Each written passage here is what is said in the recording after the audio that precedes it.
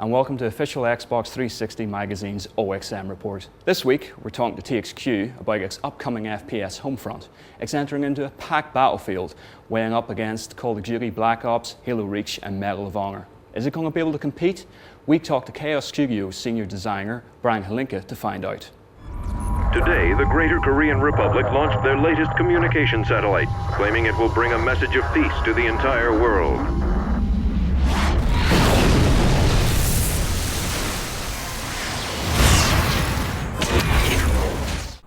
Homefront is about an occupied America. You are a guerrilla resistance fighter fighting back against the Korean occupation.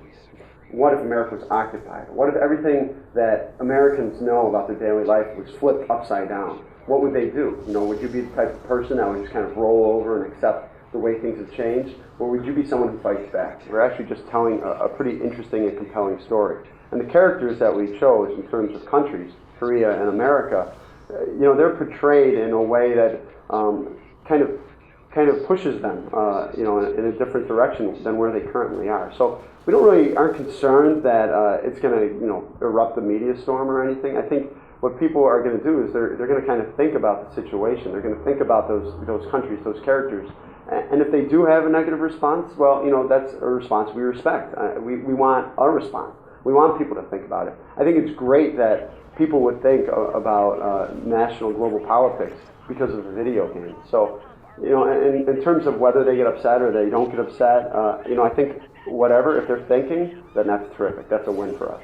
And the multiplayer side, our goal is to be that number one large-scale warfare game. We want people who are really familiar with first-person shooters and really like modern military shooters who are looking for something maybe a little bigger. They really like fast-paced games. They really like that intensity that they see out there, but they really just kind of want to, get bigger. They want airstrikes. They want vehicles. They want, kind of a cooler, bigger experience. And that's what Homefront brings.